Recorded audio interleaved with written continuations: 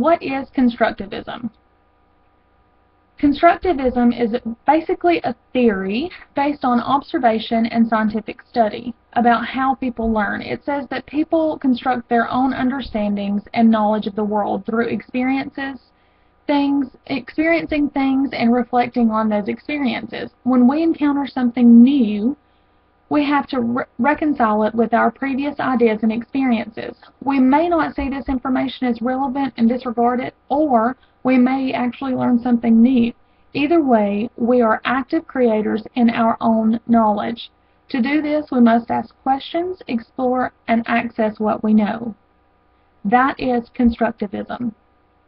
Who are the foundational theorists behind constructivism? In this century, we had Jean Piaget and John Dewey. They developed these theories of childhood development and education. We now call their theories progressive education. Progressive education was the basis of constructivism, and so progressive education evolutionized and became constructivism.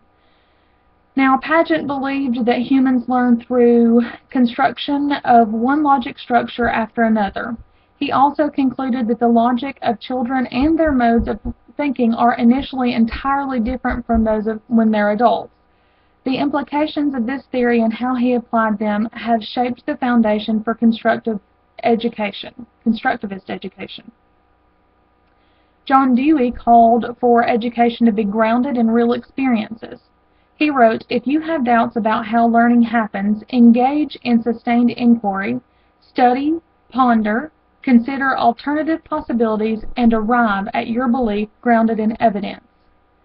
Inquiry is a key part of constructive learning. So how does constructivism differ from traditional ideas about teaching and learning? In the curriculum, the main activity in a constructivist classroom is solving problems.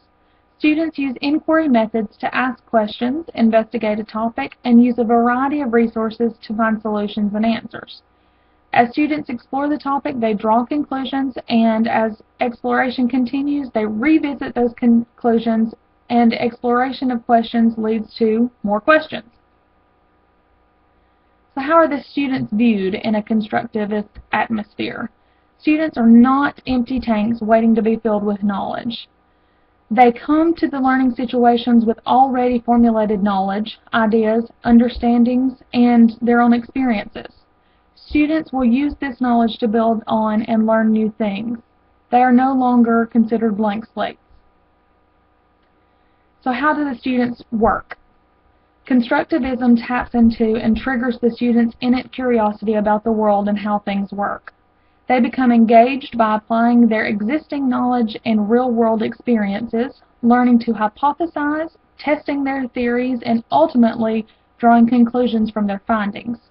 Students control their own learning process, and they lead the way by reflecting on their own experiences. This process makes them experts of their own learning. The teacher helps create the situations where the students feel safe questioning and reflecting in their own process, either privately or in group discussions, giving every student the opportunity for reflection. For the teacher, what does the teacher do? The teacher makes sure she understands the students' pre-existing conceptions and guides the activities to address them and then build on them. Constructivist teachers encourage students to constantly access how the activity is helping them gain understanding. With a well-planned classroom environment, the students learn how to learn. The teachers help students to construct knowledge rather than reproduce a series of facts.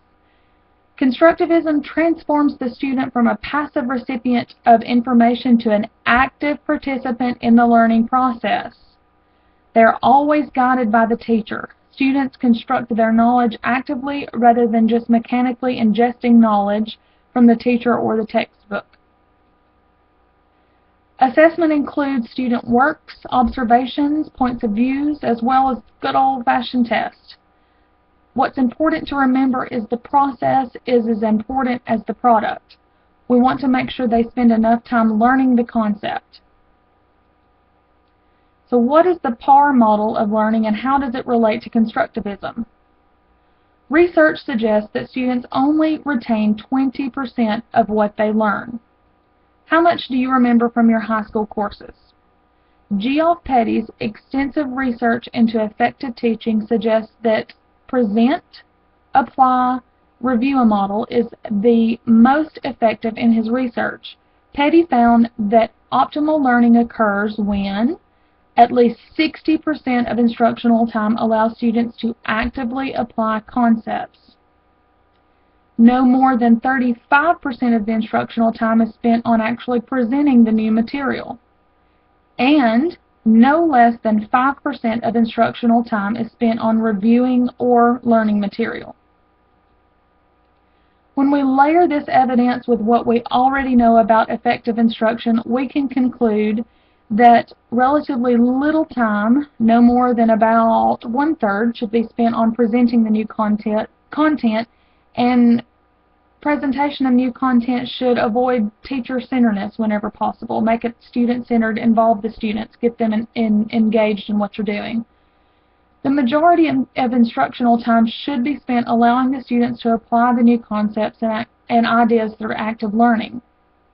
Students' active application should be structured and carefully thought out by the teacher to ensure that the students master the learning expectations or outcomes.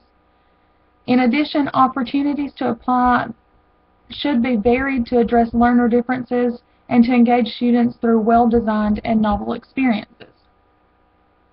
Some review is necessary for closure, but the time spent on review should not be excessive. Again, it should be no less than 5% of instructional time. As with presenting and applying, teachers must strive to offer students meaningful opportunities for review which are student-centered, varied, and engaging. So according to the PAR method, learning and teaching involves 3 phases: present, apply, review. Here we have present. The student is presented with the knowledge, concepts, and theories. They're given explanations involving the students as much as possible. Get them engaged, ask questions, see what they know, see what they can add to the situation. If I wanted to do a lesson on 3-digit numbers, I would first present the concept. I might say 323 plus 468 equals what? I would ask for a volunteer. Can someone just tell me right off the top of their head? Probably not. So I would say, all right, what are we going to do first? We're going to take out our hundreds. We're going to say 300 plus 400 equals, can anybody tell me? I would get someone to tell me, hey, 700. So then we have our 10 spot. Guys, can anyone tell me 20 plus 60 equals 80? Correct. Let's move on to our ones. 3 plus 8 equals, someone said 11. So we break down our answers, and 700 plus 80 plus 11 is 791. So our final problem here is 323 plus 468 equals 791. I would do several of these involving students as much as I could. I would ask as many questions as I could to the students to get them fired up and excited about the concept. And then we would break off into the apply phase. In the apply phase, the student carries out the activities that require them to apply the materials presented. They could do this by doing self-assessments or self-checking. They can do peer checking and peer explaining, acting on feedback from the teacher, or comparing their work with answers on the board or in the textbooks. The apply phases make the learning visible to the students and the teacher, so enabling corrections and improvement. So in my lesson, I would spend the bulk of my time in this phase. In math, I like to use group work. We could break off into groups and spend our time helping each other and learning. We would then review. The key points are confirmed and emphasized with explanations that link the new learning with former learning in the review phase. In my lesson, I would do a quick review. I like the idea of letting the groups pick the problems and presenting it to the class. The class as a whole would work the problems and clear up any misconceptions. Students love to be right. They love to get up there and help each other out. This concludes my presentation. Thank you.